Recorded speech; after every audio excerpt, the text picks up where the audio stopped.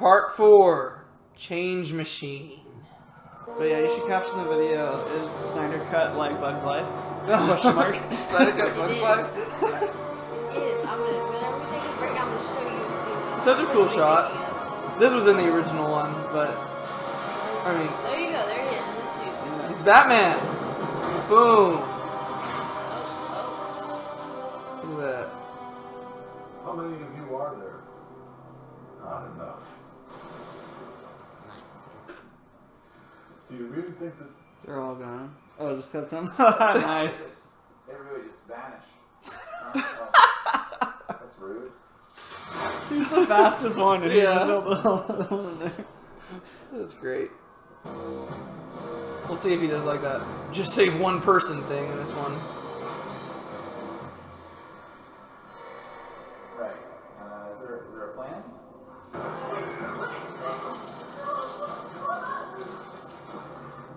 Oh, it's so creepy. That spider thing? Yeah. I did not like that. Oh, sometimes I get a good feeling. Yeah.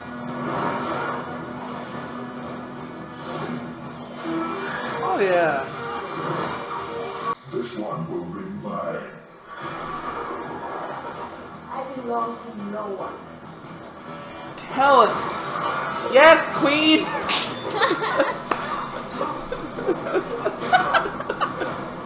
Please clap. Wow, Batman's even holding his own. Go Batman. This is not together.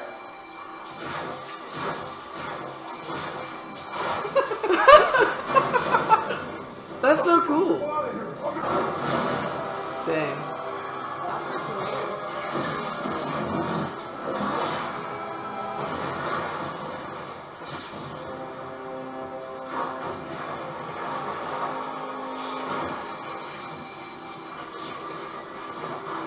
Is he building stuff?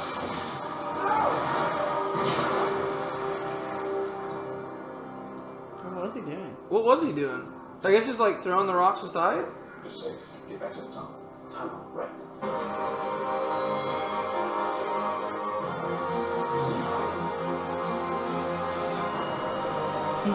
It's gonna be like bleeding out of his finger.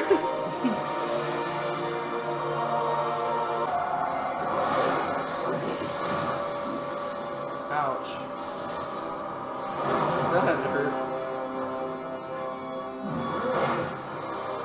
At least this time he didn't fall into her chest. He thought he was grabbing her. Insane. In the original one, he like makes like a stupid line. He's like puny humans or something like that. It's unneeded there. I like it was quiet. Gotham Harbor.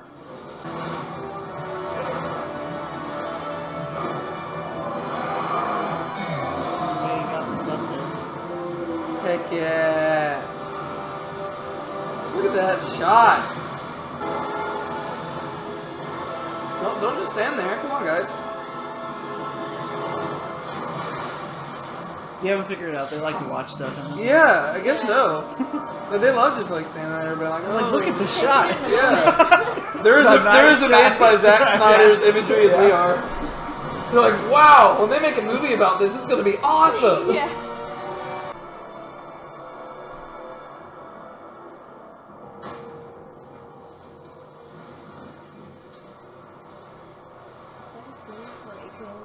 Yeah. It's like the last time that happened, it was Darkseid that did it. Yeah. No, it's, Oh, yeah, that was. He has 6 fingers, right? he has more than 5 for sure. Yeah. Oh, that's what he's imagining him being. Yeah. Darkseid. That's why they repeated it. Yeah. So this is like showing he wants to be like. I guess so.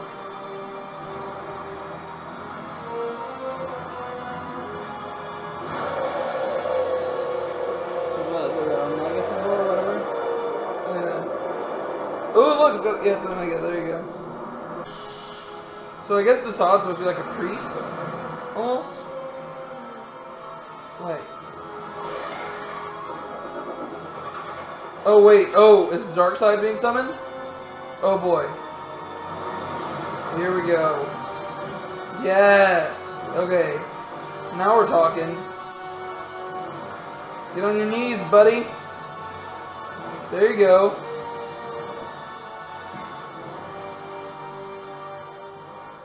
My lord. Oh, Steppenwolf. Anti-life is here. If it is redemption you seek, find the third box, synchronize the unity, and when this world is scorched, I will come for my great prize. You will come to Earth. Sam, you use that power to keep me alive. Oh, that was such a good, like, I love that. They had him turn and, like, turn off the camera. That's cool. Ties into Batman vs. Superman.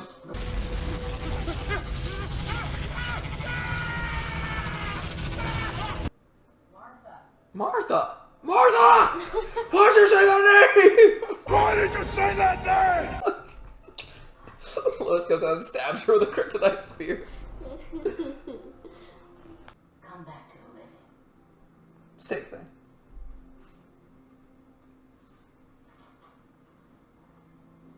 Oh, you see that metaphor going on there, though? She just told her to come back to the living, and then Clark's going to come back to the living? Oh, yeah. Oh, nice. That does mean that Lois isn't going to learn how to cope with grief, though. Oh! Oh, that was Martian Manhunter. What? That wasn't even Martha. Heck yeah! That's crazy, dude. Heck yeah! Heck yeah!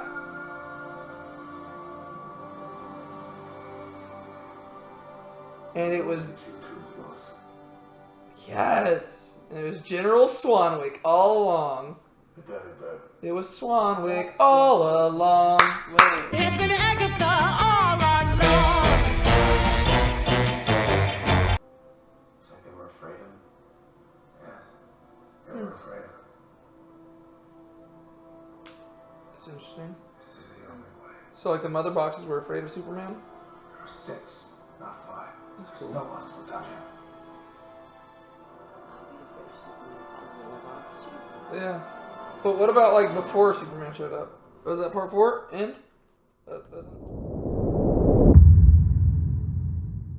Alrighty, everybody. So, my boy Sean and I are back for part 4 of the Snyder Cut. And this episode, or part, or chapter, or whatever we're calling it, is called Change Machine. Sean, how did you like part 4? It was awesome as always. I always forget we're only watching it in parts. Mm-hmm. So it ended, I was like, dang it. Yeah, he literally, that's literally exactly what he did. It ended, he's like, dang it! I was like, yeah, because this is a good cliffhanger, right? This is basically, because after this, there's basically 2 more parts, and then there's an epilogue, right? So this is really setting up the main climax of the movie, right? Because this is the build-up. You're like, oh boy. So, I don't know about you, but this is probably, it seems like not as much happens in this part, but it might very well be my favorite, because even though not a lot happens when it comes to, like, really, there's only, like, in my notes, this is probably the shortest my notes have ever been. Yeah. I've only got, like, 4 different things to mainly address, but it might be my favorite one. Really? Just because it sets it, like, you're like, oh, like, you can feel the intensity, like... That's true, yeah. So that being said, we're just going to walk through the things. We're going to talk about just kind of some different elements that you kind of have to address. And then at the very end, if you stay till then, I'll give my little theological reflection like I normally have to. With that being said, we started off with the fight at, I think it was called Stryker's Island. That's what I wrote down. I don't remember, but I think it's called Stryker's Island, except they were like in the sewers underneath and stuff like that. Oh, something like that, yeah. Yeah, and so basically this is where the team kind of starts coming together. Well, really it starts off with, you know, them meeting with Commissioner Gordon up on top with, like, you know, the bat signal and everything, and then they go for this fight against Steppenwolf. What do you think about the whole fight scene and everything? Oh, the fight was actually pretty awesome, not gonna lie. I'm trying to think of specifics with it. It seemed like, in general, it just looked cooler than the... I think it shows how editing can really change a movie. Yeah, I think they made Wonder Woman seem a lot more powerful. Yeah, that's one thing that I even wrote that in the notes, because that's something that stuck out to me, just because she literally is taking on Steppenwolf like one-on-one and not immediately getting destroyed. You know, like she's like knocking him through walls and doing some stuff where you're like, okay, she's pretty powerful. And he even has these comments where he says, you know, I smell like the blood of the old gods in you. And you're like, ooh, so, you know, it's almost like the idea of right demigod. before she, like, throws him 100 feet. Yeah. So you do get the impression that really, I think, of this whole thing, really every single one of the characters actually gets to shine a little bit more than I think they do in the Justice League one. Surprise, surprise. But I think Wonder Woman and Flash, I think those are the two that really benefit the most. Because we have Wonder Woman, who's got, you know, you see how powerful she is, but then you also have the Flash, who you get to see how fast he is. Which we've already got, that's like an ongoing theme in all these parts. We get to see how fast the Flash is, but what do you think about the Flash's powers in this part? I thought it was really cool how he, like, got all the debris that was, like, falling out of the way. And, what was it? Oh, just how, like, this time it didn't show, like, much slow motion. Yeah, no, especially in that scene. And also, there was one other part where there wasn't really as much slow motion with the, I think there was, like, whenever he first came into the fight, there were, like, parademons attacking, and he's just, like, you just see him, like, pausing, and then he's just, like, in different positions, and you're like, wow, you don't see him moving. He's just, like, it's almost like he's teleporting. You know, it's like, but I really like the debris thing, because you actually almost get to see, I remember that whenever I watched it the first time in the reaction video that you probably just watched on this video, that was obviously the first time I watched it. This is the second time.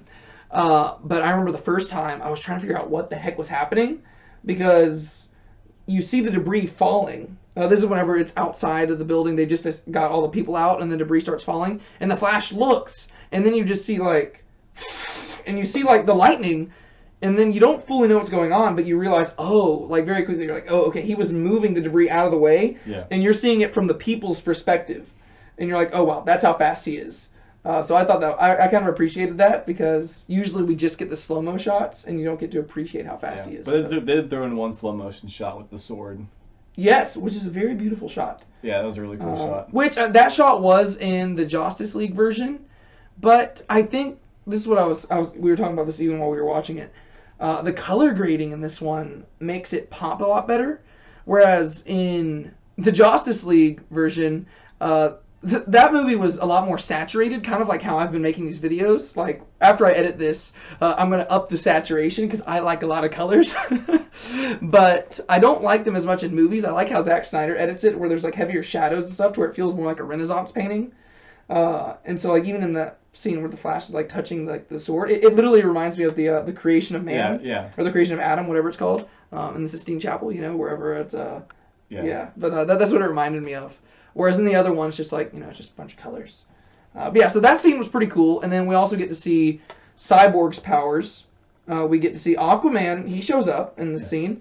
And then we even get to see Batman. They keep having the recurring thing of his, the pulse armor stuff. I get, like, not pulse armor, but whatever, like, where it takes in the energy blasts. Whereas that was a thing that totally was just taken out of the Justice League version of the movie, but actually serves to explain how Batman could even stand a chance in any of these fights. Because really, Batman should be dying immediately. Because he's just a regular dude in, like, a regular costume who's got cool gadgets, but, like, he's going against some pretty intense stuff. So, but in this one, you constantly see him using those things to, like, where he's receiving the energy, and it's kind of just dissipating it. You're like, okay, so that at least helps out. Inspector Gadget up this game. Exactly. So I thought that was a pretty cool scene. And then the next thing that really stuck out to me is Steppenwolf's vision, right? Because this is where Steppenwolf, he goes back to, you know, his kind of main area, and he touches one of the mother boxes, and then he gets his vision that kind of goes back to the place that we saw in the last part, where, like, you know, where, like, there's the flashback of the Age of Heroes and that stuff. He's there, and he realizes, like, this is the Earth, or something. Like, he's like, wait, like, this is the world where something happened. And then he strikes the ground, and then, like, there's, like, these ruins, I guess, or there's something etched into the ground, kind of. And you see, like, the Omega symbol and stuff, and he gets really excited. And then you go back to where he's actually telling Desaad about this. And Desaad gets really excited because Steppenwolf says the anti-life equation is on Earth. And then Desaad disappears. And then all the parademons kneel down. And then Steppenwolf's like, oh boy, is this going to happen? And then Darkseid shows up. And this is the first time we've seen Darkseid other than in the flashback, right? And this time, Darkseid, he's much bigger. And he's not just that same dude from before. He's you know, he even mentions, I've conquered like 100 million worlds or 100,000 worlds or something like that.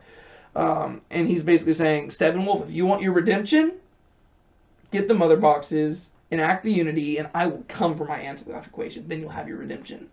What do you think about all that? It's a lot more context, that's for sure. Yeah, it gives you more stuff to deal with there. Do you know what the anti-life equation is? No, I was going to ask that. Yeah. I don't read a lot of comics or anything, but I did look into this because I think I've read one or two comics where Darkseid's in it, but I always hear the phrase anti-life equation being thrown around, and even whenever we watched it the first time, I didn't know what it was really referenced to. But basically, just from a quick Google, I didn't read anything long on it. It seems like the anti-life equation is this thing that if the person possesses this, they can basically control a person's mind, or really they can control the wills of all humanity. So basically, you become a god, and you're like entirely sovereign. But even like to the point where you literally like, it's called anti-life because if you are found underneath a person who has this, you're basically no longer living. You're just a puppet.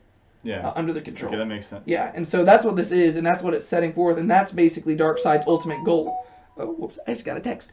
But it's Brienne. If you watch any of the videos, you know who Brienne is. She's texting me. She just got out of dance practice, in case you were wondering. But yeah, the anti-life equation is basically that, and that's Darkseid's ultimate goal. And he's been conquering all these worlds because I guess he forgot which world. Yikes. He did. Like, I'm assuming what happened here is that, like, something about the mother boxes is what programmed, like, it let them know where they were at. And since they got defeated and fled, they didn't they didn't know where they fled from. I don't really know. That kind of confused me because I was like, wouldn't you know, like, where that was? Yeah. But even in an earlier part, they said something about a different universe. I think it was like Wonder Woman or something in an earlier part. I think when she was explaining stuff to Batman, I think she said something about like how they're from a different universe.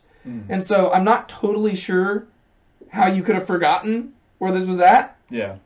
But somehow they did, and I'm still trying to work through that in my mind. And I think there's some Reddit boards where people are also trying to work through that because I don't fully know how that worked out. If you know, please let me know in the comments because I truly don't understand exactly how Darkseid would have forgotten where that where this place was at.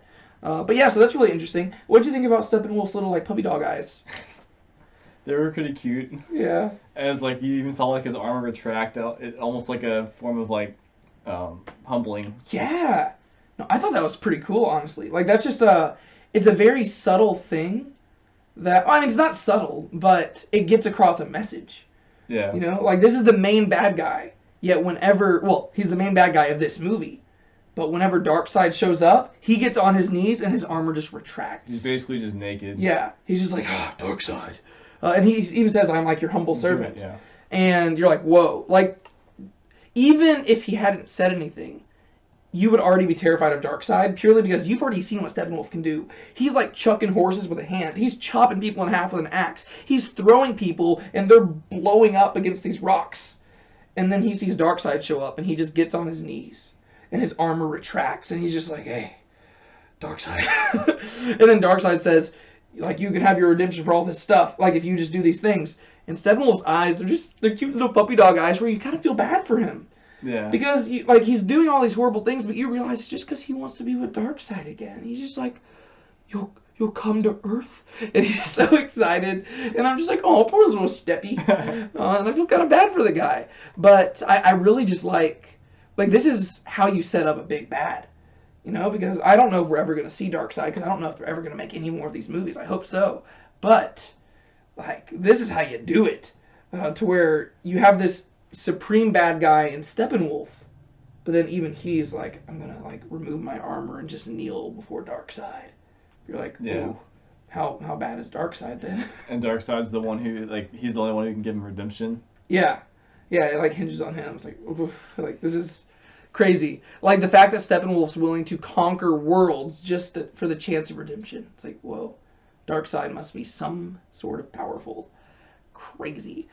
But then we move on, and basically, this is approaching towards the climax of the whole part where we get the hangar scene where basically all of our heroes finally at long last come together.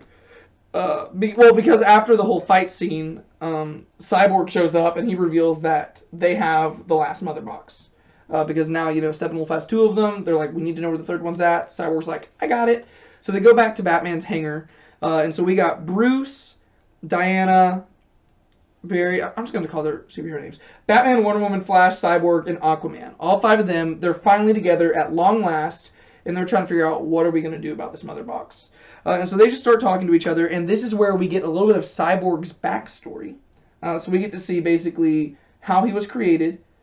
Because before we saw he was a football player who got an injury, but then we never got to see how he became Cyborg, other than, you haven't seen Batman vs. Superman, but we got a little glimpse of that in that movie. But here we get more of that. We get to see how his dad got his hands on the mother box, and then how he became Cyborg.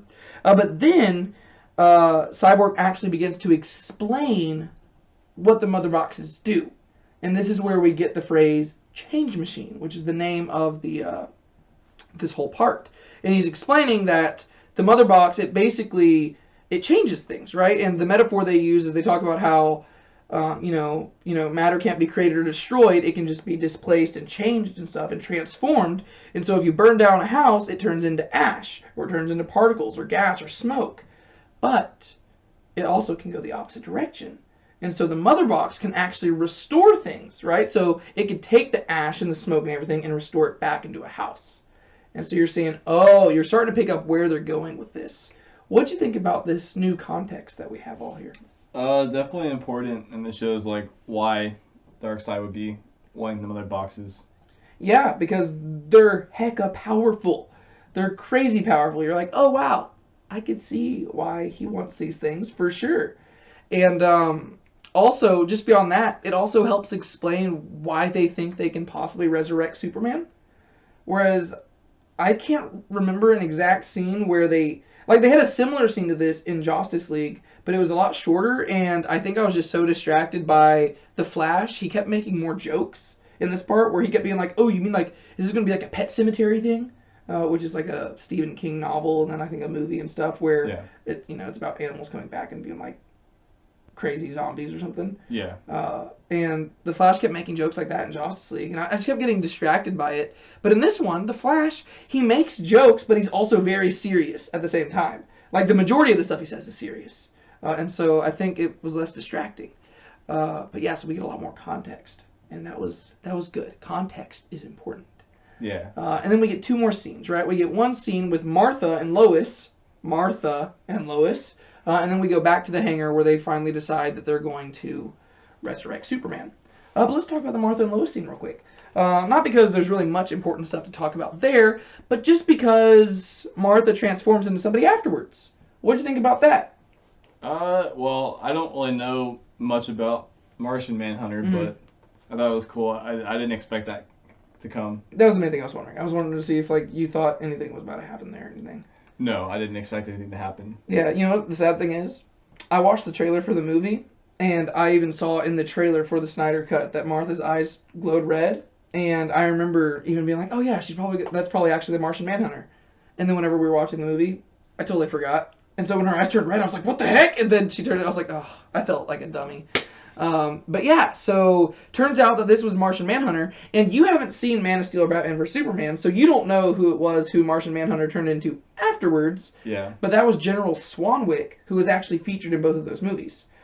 Which to me, it's a really cool twist, but it also raises some questions, because I'm like, wait, so you were here all along, and you didn't help out with anything? Like, come on, man.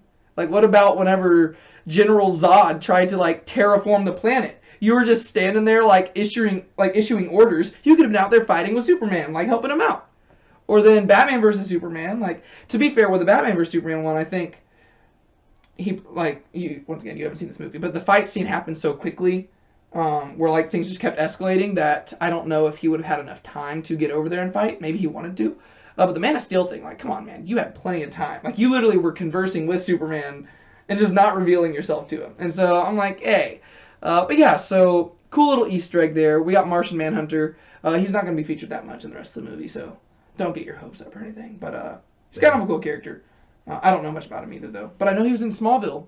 Barely. He was actually a pretty major character in Smallville, but he never really showed up in his like actual form. It was just like a dude with like a red shirt. I mean, a green shirt and a red X. It was kind of funny. But then we finally get the scene about, them choosing to resurrect Superman. And are you excited about that? Heck yeah, I am. Yeah, our boy's coming back. And guess what? He's going to wear the black suit. Ooh. Heck yeah. But that being said, I think that means it's time for my theological reflection, right? And so real quick, I'm going to recap you on what I have done for the past 3, right? So part 1, I said, was about grief and the loss of hope. And I compared that to basically, if I was trying to like make a parallel between this and like a biblical event, I would say that part 1 was most equivalent to like the Saturday after Jesus died, right? So Good Friday, Jesus dies. Saturday, there's this grief, there's this darkness, there's this sadness, there's everybody's trying to figure out what's going to happen. But then the resurrection comes on Sunday, right? So there's this grief and loss of hope.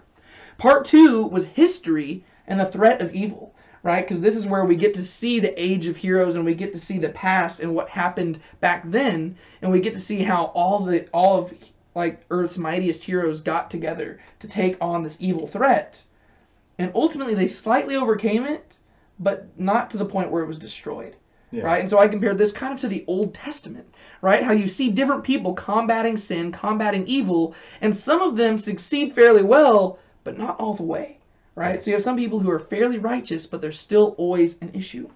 Part 3, I compared to conversion and moving on, and because that's where we got a lot of backstories for different characters, and we got to see how at the beginning of the part, they were all separate from the group, but by the end of the part, they all kind of came to the point where they were ready to join. And so that leads to part 4, this part, which I'm going to say is, the application I'm going to talk about is unity and mission. Right? Because this is the idea, if I was going to compare it to something in the Bible, this is the idea of the church, right? We come together because we have a common mission. That's what we see in this part of Zack Snyder's Justice League. After the conversion in the previous part, finally the team has come together and they realize that they have this common mission. They need to overcome evil, but the only way they can overcome evil is by placing their hope in a future resurrection. Boom! Right? That's exactly what the church has, right? We place our faith in Christ Jesus and in his resurrection. And in the same way, because of that hope we have in his resurrection, we have this future hope of our own further resurrection, and we are also saved from sin. Right? And so if we have the resurrection of Jesus, we have overcoming evil. If they can resurrect Superman, they know that they can overcome Steppenwolf and evil. So there's my theological application today. See how it all fits, right? You have grief, history, conversion, and unity, right? So you start in a hopeless situation. Then you have to look to the past and learn from the mistakes of the past people.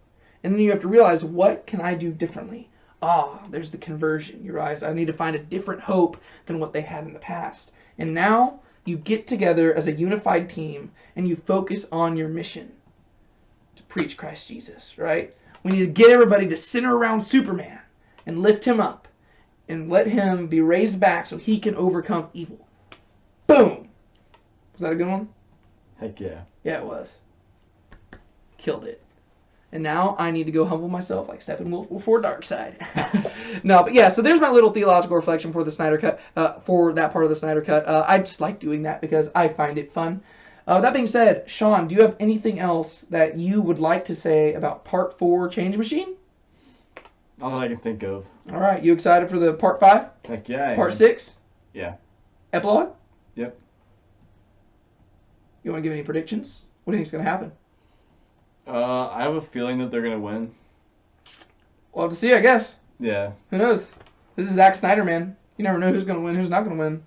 Guess we'll have to find out. We will see you later. For right now, my name's David. And I'm Sean. This has been a Let's Be Honest About Movies. Please like this video, subscribe to the channel, and comment below and let us know what you like about Zack Snyder's Justice League.